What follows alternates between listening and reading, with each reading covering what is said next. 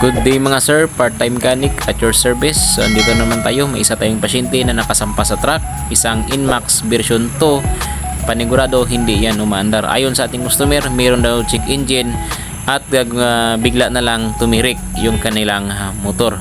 So ayan mga sir, ang check engine niya pala kasi version 2 ito, hindi natin malalaman kung anong check engine yan. So kailangan natin yan ng diagnostic tools para scan natin kung ano talaga yung naging problema ng kanyang unit. So ayan, shout out sa iyo Sir Mel. So sa kanya ko po ito binili yung diagnostic tools natin na MST 500 Pro. So ayan, prepare muna natin at maya maya ay i-diagnose natin kung ano talaga yung sira ng kanyang motor. So at ito yung unit.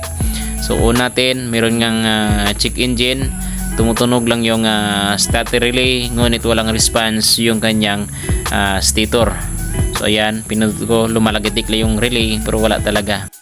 At dahil version 2 yung motor ni boss mga sir, kailangan natin gamitan ng diagnostic tools para malaman natin kung ano yung error niya. So yung lumabas pala sa ating scanning mga sir ay error code P0335. So the normal signal cannot be obtained from the CKP sensor. At dito mga sir, try natin i-check yung kanyang CKP sensor. Ayan, ang gawin natin dito mga sir, hugutin lamang natin yung sakit ng CKP sensor. At i-observe natin yung 30 amperes doon na fuse sa may harapan dyan sa may fuse box. At pag pumutok yan, siguradong sira yung kanyang ECU. So paano natin malalaman na puputok yan mga sir? Tingnan natin yung kanyang dashboard kung may display. At ayan, may display mga sir. So it means to say, hindi sira yung kanyang ECU. Try ko na rin i-check yung kanyang connection sa may side stands at okay naman mga sir. So dito, binalik ko na lang yung socket sensor ng CKP at tiningnan ko yung kanyang socket sa may stator. So okay pa yung sa kabila, pero sa kabila mga sir, sunog na. Kapag P0335 yung lumabas sa inyong diagnostic tools mga sir, ang inyong unang i-check niyan ay yung CKP sensor at ang pangalawa naman ay yung socket ng inyong stator. So yan kasi sila ang dalawa yung may dahilan kasi konektado yan sila. At dito pala mga sir, yung ginawa ko, pinutol ko na lang yung socket ng kanyang stator at dinirect ko na lang yung connection ng kanyang mga wires. So ayan, try natin i-on kung gagana ba yung kanyang motor. So kung ito ba talaga yung dahilan ng kanyang error code na P0335. So ayan, ang kanyang socket pinutol ko dahil sunog na. At ito mga sir, try nating paandarin kung okay ba.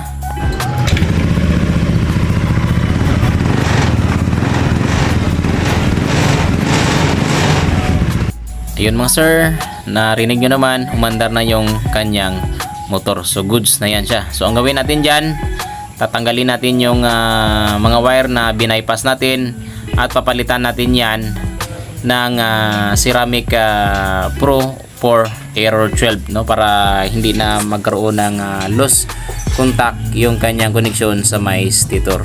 Mga sir, kung nakatulong sa inyo ang video ito, pwede bang makahingi ng kunting pabor, pa-like at subscribe na rin ang ating channel at pa-like and follow na rin ang ating Facebook page. So ayan mga sir, i-memorize natin yung wiring color code para hindi tayo magkamali. At dito mga sir, may bumisita pala sa atin. Hello!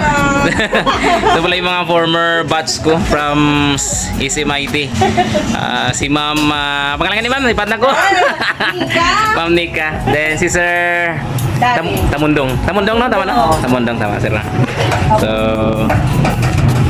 pareho na ni sila subong successful na. Salamat sa pagbisita dito sa Awan. Ay, salita ka mo sa Awan. Yung moment of truth natin. So, ito tanya yung busing-busing nila subong. merong check engine. So, okay na siya. Goods na.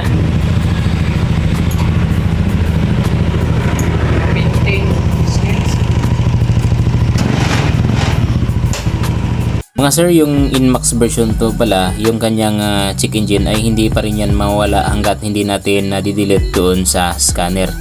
No, kahit na naayos na natin yung kanyang sira, pero andyan pa rin yan siya. So ang gagawin natin dyan, i-scan ulit natin sa diagnostic tools para ma-delete yung kanyang check engine.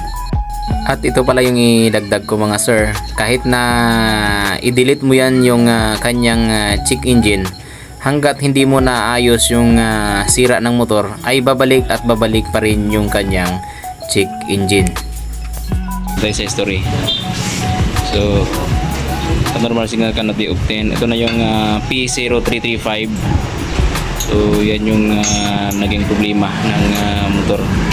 So, pag ganito yung problema, ibig sabihin yan, either si Kipi or sa kanyang error chug.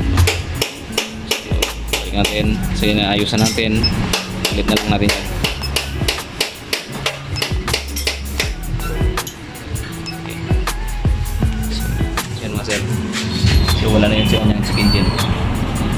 Hindi ko ito may problema naman ba? Okay. Balik brake. At ayun mga sir, before natin i-turn over yung unit, i-check muna natin, double check kung okay na ba yung unit.